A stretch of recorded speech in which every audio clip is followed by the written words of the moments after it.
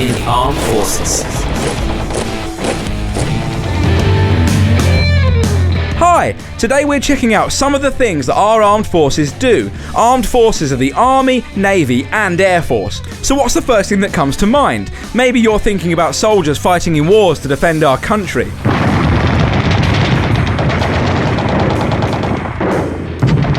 Well, that's certainly part of their job. The British Army, Royal Navy and Royal Air Force are responsible for keeping our country safe, and that can sometimes mean fighting in conflicts. Other times it might just be flying the flag, a warship making a friendly visit to an overseas port, or a jet fighter flying along the English Channel just to say, yep, we're here. Quite often you'll never see the armed forces at work. They may be out gathering intelligence, which is kind of more about gigabytes than guns. Specialist military staff will be using some of the most advanced technology to help protect our country's security. The information they gather helps our government understand what is going on in the world and where threats might be coming from. But the armed forces can also help in situations much closer to home. The RAF and Royal Navy both have search and rescue aircraft. Whilst their main role is to rescue down military aircrew, most of their time they assist civilian emergency services such as mountain rescue teams and the ambulance service across the UK. Their specialist aircraft and personnel can move quickly to locate and move injured people.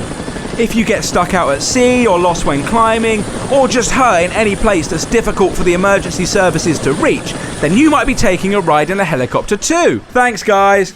Helping in rescue efforts is something that the armed forces are experts at, and they can use these skills all around the world to help when there are disasters. When natural or man-made disasters occur, such as an earthquake or power station explosion, a country's infrastructure and resources can be crippled.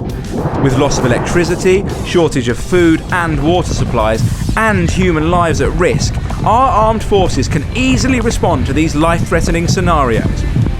In April 2015, the country of Nepal was devastated by severe earthquakes. Over 8,000 people were killed and thousands more injured. In just a few days, our armed forces had sent help, including shelter kits, water purification systems, solar lanterns and helicopters, to help get aid to the people that needed it and helping the Nepalese get back on their feet. The RAF ferried supplies there and brought home British people who were stranded in the devastation.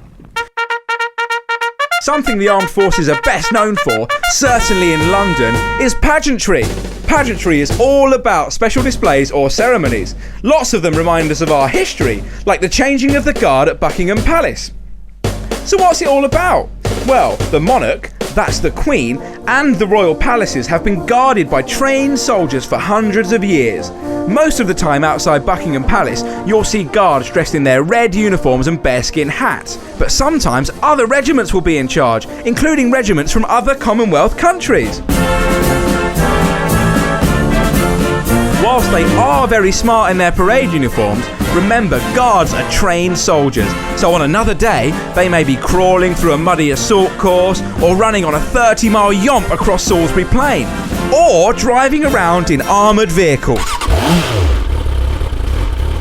And if you think that's a lot, well, don't forget that members of the armed forces may be medics or chaplains or engineers or cooks or suppliers or drivers. Phew! What a long list!